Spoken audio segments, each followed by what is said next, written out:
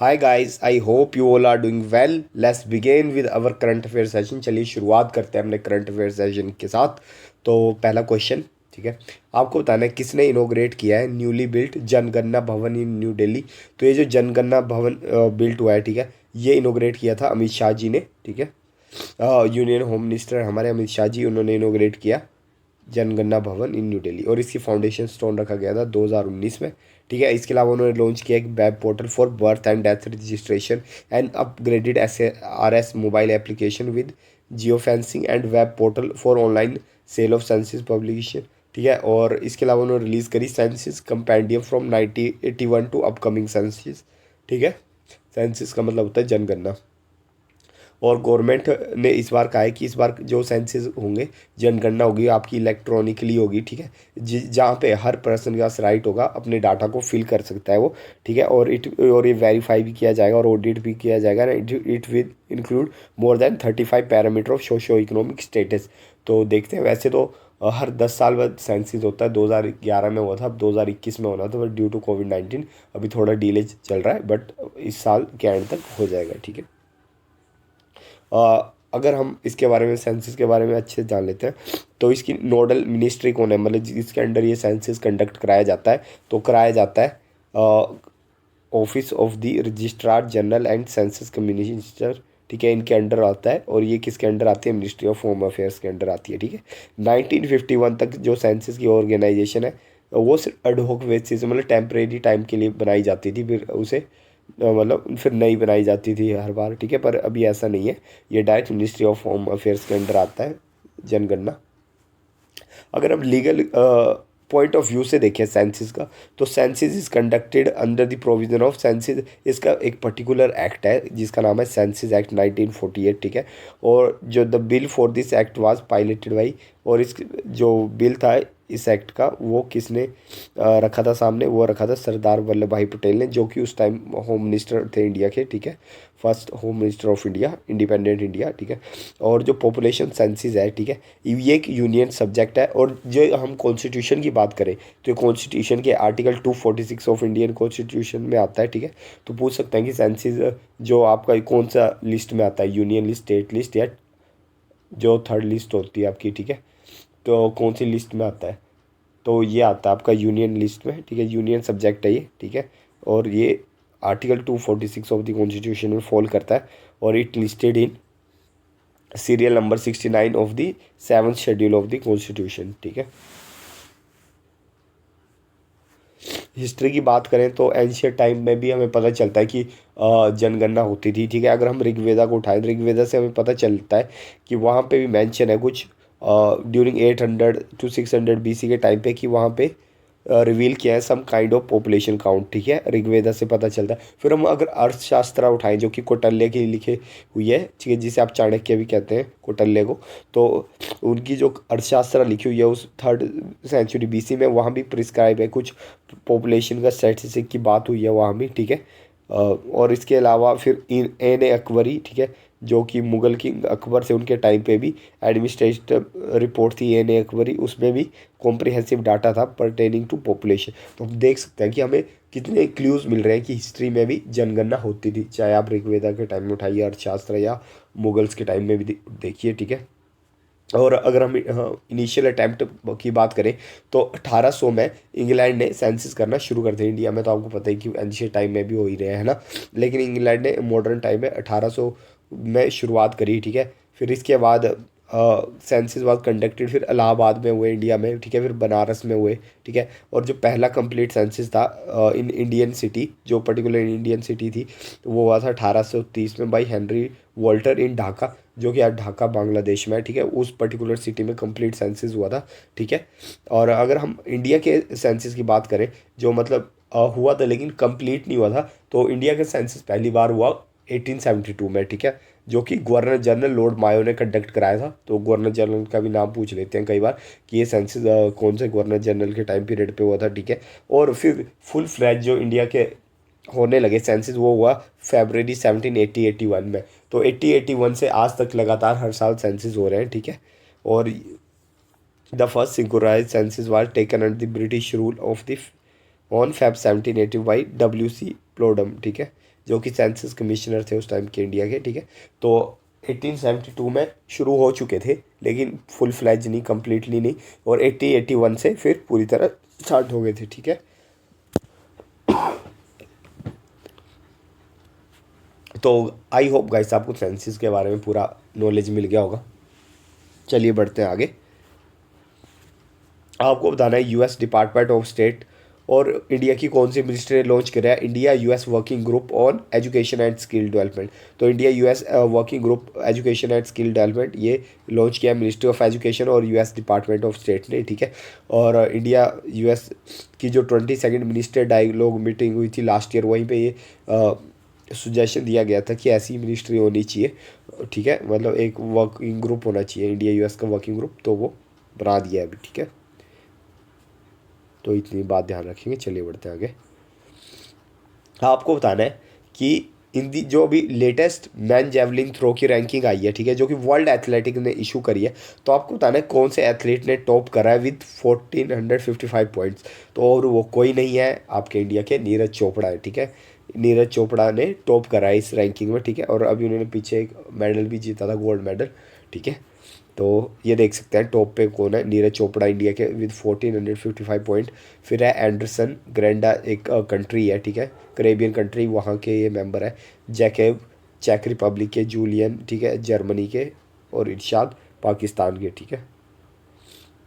तो Tokyo Olympic gold medalist Neeraj Chopra is the world number 1 the latest man javelin throw ranking issue by world athletics, ठीक है। और आपको पता है सितंबर लास्ट ईयर नीरज चोपड़ा ने डायमंड लीग 2022 में, जो कि ज्यूरिक में हुई थी, वहाँ पे फर्स्ट इंडियन एथलीट बने थे जिन्होंने डायमंड लीग ट्रॉफी जीत ली थी, ठीक है। वहाँ पे इन्होंने गोल्ड मेडल जीता था डायमंड लीग ट्रॉफी में, जो कि ज्यूरिक में हुई थी, हो सकता है आपसे एग्जाम में पूछ ले। इसके अलावा अभी जो मई 5 को हम नीरज चोपड़ा ने दोहा में जो डायमंड लीग हुई थी, वहाँ भी इन्होंने गोल्ड मेडल जीत लिया है, ठीक है। ये हमने डिस्कस भी करा था दोहा वाला, ठीक है। वहाँ भी इन्होंने 88.67 मीटर की थ्रो थी इनकी, ठीक है। तो नीरज चोपड़ा भी वर्ल्ड नंबर 1 पे है रैंकिंग में, ठीक है। तो ये बात ध्यान रखेंगे। और चलिए बढ़ते हैं अब आगे। आपको बताना है वो कौन सी सोशल मीडिया कंपनी है जिसे फाइन करा गया है 1.2 बिलियन यूरोस, या फिर यूएस डॉलर में बात करें तो 1.3 बिलियन, ठीक है, फॉर वॉयलेट, क्योंकि इन्होंने यूरोपियन यूनियन की जो डाटा प्रोटेक्शन रूल्स है उसे वॉयलेट करा है, ठीक है। तो वो और कोई नहीं, वो है मेटा, या फिर जिसे आप पहले फेसबुक के नाम से जाना करते थे, ठीक है। तो मेटा को फाइन कर लिया गया है record of 1.2 billion euros and order to stop transferring data collected from Facebook user in Europe to the United State. तो इन पे एलिगेशन है कि ये डाटा कलेक्ट करके यूरोप से यूएसए ले जा रहे थे, ठीक है। इन मेजर रूलिंग है ये थी सोशल मीडिया कंपनी, ठीक है। और इन पे पेनल्टी अनाउंस किसने करी है, आयरलैंड्स डाटा प्रोटेक्शन कमीशन ने ये पेनल्टी अनाउंस करी। Is potential one of the most consequential in the 5 year since European Union enacted the landmark data privacy law known as General Data Protection Regulation. तो European countries में rule regulation काफ़ी strict है, ठीक है। India में भी आपको बताइए, इंडिया में भी इशू हो गया था फेसबुक वगैरह का गवर्नमेंट के साथ, ठीक है। Regulatory set the company fail to comply with 2020 decision by European Union highest court that Facebook data shipped across the Atlantic was not sufficiently protected from American spies। तो डाटा ले जा रहे थे तो उसे ढंग से प्रोटेक्ट नहीं किया जा रहा था, ठीक है। और आज के टाइम में अगर सबसे इम्पोर्टेंट चीज़ है कोई, वो है डाटा, ठीक है।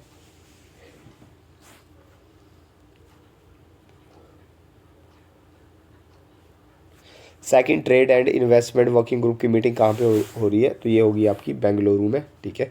और जो फर्स्ट मीटिंग हुई थी वो हुई थी आपकी मुंबई में, trade and investment working group की मीटिंग, ठीक है। तो इतनी बात ध्यान रखेंगे। और तो इसमें ऐसा कुछ खास है नहीं।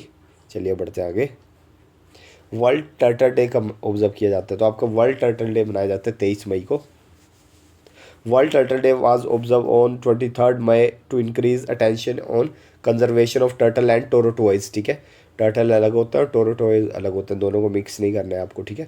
तो ये वर्ल्ड टर्टल डे मनाया जाता है। World turtle day is annual event जो कि 2000 से मनाया जा रहा है, 2000 से मनाया जाता है, ठीक है। और एक नॉन प्रॉफिट ऑर्गेनाइजेशन है अमेरिकन टोरोटाइज रेस्क्यू, ठीक है, वो इसे ऑर्गेनाइज कराती है हर साल, ठीक है। और इसका एम क्या है, प्रोटेक्ट करना टर्टल्स को और टोरटॉइस को from illegal smuggling, exotic food industry, habitat destruction and global warming and pet trade. The day was observe in India by the India में डे को ऑब्जर्व करता है national mission for clean Ganga and the wild life institute of India, ठीक है। और turtle क्या है, एक रेप्टाइल है of the order Testudines, characterise special bony cartilaginous shell develop from their ribs and acting as a shield, ठीक है। It can reside inside the, ठीक है। ये फ्रेश वाटर पे भी रह सकते हैं और सॉल्ट वाटर पे भी रह सकते हैं, टर्टल्स की बात हो रही है। और ये टर्टल जो होता है ना कोल्ड ब्लडेड एनिमल होते हैं, ठीक है। आपको पता है कि ह्यूमंस है वो वार्म ब्लडेड है, ठीक है, और बहुत सारे एनिमल्स है, ठीक है, वो वार्म ब्लडेड है, लेकिन जो टर्टल्स है कोल्ड ब्लडेड एनिमल है। और कोल्ड ब्लडेड जो स्पीसीज़ है वो क्या है, उन्हें एक चीज़ बेनिफिट होता है कि वो high range of body temperature and move between environment to make themselves warmer और कूलर। तो उन पर एनवायरनमेंट का काफ़ी वेरिएशन रहता है, ठीक है। जैसे इंसेक्ट है, फिश है, रेप्टाइल्स है, एम्फीबियंस है, ठीक है। ये सब कोल्ड ब्लडेड स्पीशीज़ है और इनका मेटाबॉलिज्म भी बहुत ज़्यादा स्लो होता है, इसलिए सर्वाइव कर लेते हैं without food and water for a long time, ठीक है। और according to International Union for Conservation of Nature most of the species of the turtle and tortoise are vulnerable, endangered और क्रिटिकली एंडेंजर। तो IUCN के status में होती है vulnerable, endanger, critical, उन सब में टोरटॉइज और टर्टल्स की नाम है, ठीक है। अगर हम इंडिया की तरफ से देखें, ये बहुत ज़रूरी है गाइस, तो इंडिया में 5 स्पीसीज पाई जाती है, ठीक है। 5 स्पीसीज है इंडिया में, कौन कौन सी? ओलिव रिडले टर्टल्स का तो आप ज़रूर ध्यान रखिएगा, क्योंकि उड़ीसा की कोस्ट पे भी आते हैं ये ओलिव रिडले टर्टल्स, ठीक है। फिर आते हैं ग्रीन टर्टल, फिर आते हैं लोगर हेड, ठीक है, फिर आते हैं आपके हॉक्स बिल, फिर आते हैं लेदर्स बैक, ठीक है।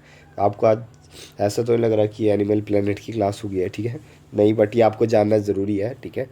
तो इसमें से आप ओलिव टर्टल का ज़रूर ध्यान रखिएगा।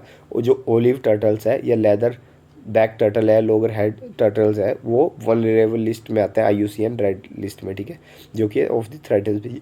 कुछ और याद रखिए ना रखिए, लेकिन ओलिव रिडले टर्टल्स का आप स्टेटस जरूर याद ध्यान रखिएगा, वल्नरेबल कैटेगरी में आते हैं, ठीक है।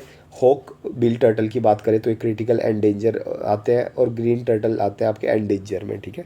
और इन्हें प्रोटेक्ट किया जाता है Indian wildlife protection act of 1972 under schedule 1, ठीक है। और turtle have been protected in India under the biodiversity conservation and Ganga rejuvenation programme के अंडर इन्हें प्रोटेक्ट किया जाता है, ठीक है। तो आई होप गाइस आपको समझ आएगा वर्ल्ड टर्टल डे के बारे में, ठीक है। चलिए बढ़ते हैं आगे। आपको बताना है कौन सी कंट्री ने डेजिग्नेट किया है 2025 को as a special tourism year. तो ये नेपाल ने डेजिग्नेट किया है 2025 को as a special tourism year, ठीक है। चलिए बढ़ते आगे, और इसमें कुछ इंपॉर्टेंट नहीं है जानने लायक, चलिए बढ़ते हैं आगे। अरब लीग समिट जो हुई थी जेदा में, इन्होंने आपको बताना है कौन सी डिक्लेरेशन अडोप्ट करी है। तो अरब लीग समिट जो जेदा में हुई है वहाँ पे इन्होंने अडोप्ट करी है जेदा डिक्लेरेशन, ठीक है। और ये आपको पता है कि 32nd अरब लीग समिट थी, ठीक है, रिसेंटली कंक्लूडेड इन जेदा सऊदी अरेबिया में जो हुई है विद एडोप्शन ऑफ जेदा डिक्लेरेशन। और डिक्लेरेशन का काम क्या फोकस करेगी ताकि जो अरब में है, अरब कंट्रीज है, उनमें यूनिटी हो, ठीक है, और जो भी इनके रीजनल चैलेंजेस है उन्हें कम किया जाए, ठीक है। और डिक्लेरेशन का एम्फेसाइज है need for increase pan Arab effort to assist Syria in resolving ongoing crisis, ठीक है। इतनी चीज़ ध्यान रखेंगे।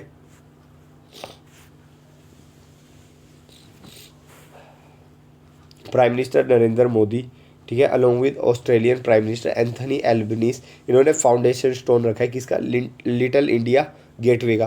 तो आपको बता रहे हैं लिटिल इंडिया गेटवे कहाँ पे बिल्ट होने वाला है। तो ये बिल्ट होने वाला है आपका हैरिस पार्क, परमतम, सिडनी। आपको बता रहे PM अभी सिडनी की उस पर है, ठीक है, टूर पे, तो वहाँ पे ये लिटिल इंडिया गेटवे, ठीक है, बिल्ट किया जाएगा। Harris Park, Parramatta, Sydney inhabited a large Indian community और gateway will serve as a symbol of India Australia friendship and the diaspora immense contribution to it, ठीक है।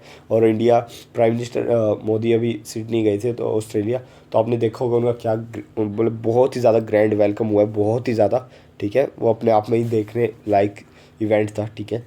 तो वहाँ पे ये लिटिल इंडिया गेटवे भी बिल्ड किया जाएगा, ठीक है। प्राइम मिनिस्टर नरेंद्र मोदी और ऑस्ट्रेलिया के प्राइम मिनिस्टर एंथनी एल्बनीज़ ने इसकी फाउंडेशन स्टोन रखी लिटिल इंडिया गेटवे की। ठीक है, ये आप देख सकते हैं। चलिए बढ़ते हैं अब आगे। आपको बताना है किसे रिइलेक्ट कर लिया गया प्रेसिडेंट ऑफ स्विमिंग फेडरेशन। तो प्रेसिडेंट ऑफ स्विमिंग फेडरेशन के इलेक्ट कर लिया गया है फिर से रीइलेक्ट एन जयप्रकाश को। ठीक है, Jayaprakash reelect as the president of swimming federation. ठीक है, और जो मोनल डी चौकसी है, ठीक है, उन्हें रीइलेक्ट कर लिया गया है as secretary of the Swimming federation of India on 22 May 2030। ठीक है, और आपकी swimming federation of India focus करती है on developing grass root participation in swimming by holding camps and coaches clinch at the state level. ठीक है, तो इतनी बात ध्यान रखनी है। ठीक है, सो गाइस आई होप आपको ये लेक्चर पसंद आया होगा। ठीक है, पसंद आया तो यार गाइस आप शेयर भी कर सकते हो, लाइक और कमेंट भी कर सकते हैं। ठीक है, मिलते हैं अपने नेक्स्ट करंट अफेयर सेशन में, तब तक टेक केयर।